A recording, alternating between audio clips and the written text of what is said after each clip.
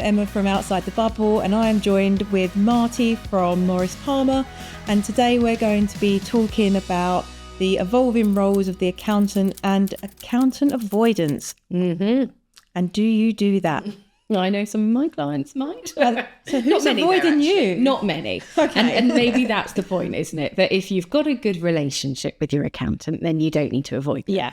And I think that's where it comes back to finding the right accountant. Yes, absolutely. And being comfortable with them, being happy to contact them, good reasons, bad reasons, or, anything that comes up.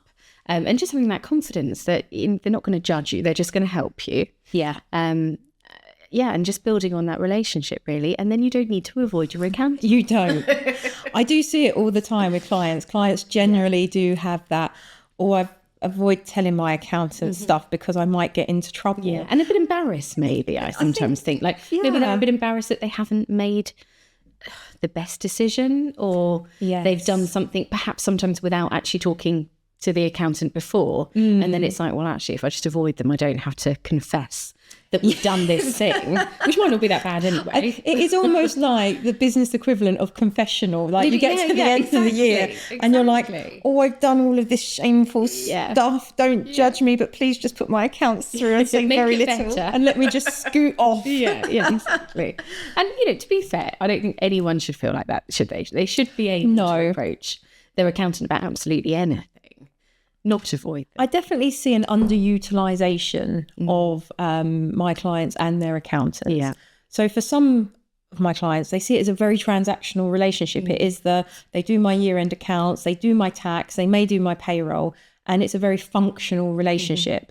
And there is nothing more to it than that. And then you have people that are like, I speak to my accountant about everything. And I'm like, great. That just feels very mature and very healthy. And I like the fact that you're, having your own kind of comfort blanket. And it is really funny how the accountant is viewed either as that thing that's really helpful and supportive, or that thing that is to be avoided at all costs. Yeah, exactly that.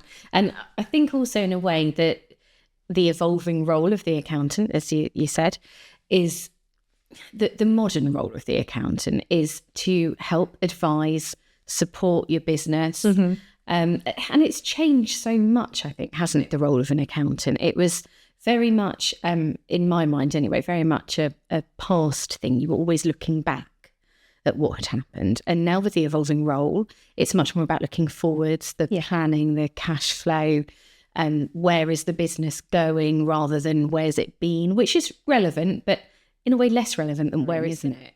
So it's all of that kind of evolvement with accountancy, which I think now the accountancy softwares that are available are so good at helping. Well, they're kind of good at helping accountants help their clients. Yes. Because we can just see what's going on. And I know a lot of my time at the moment is spent helping clients get onto an accounting software. So that's a huge part of what we're doing really at the moment, actually.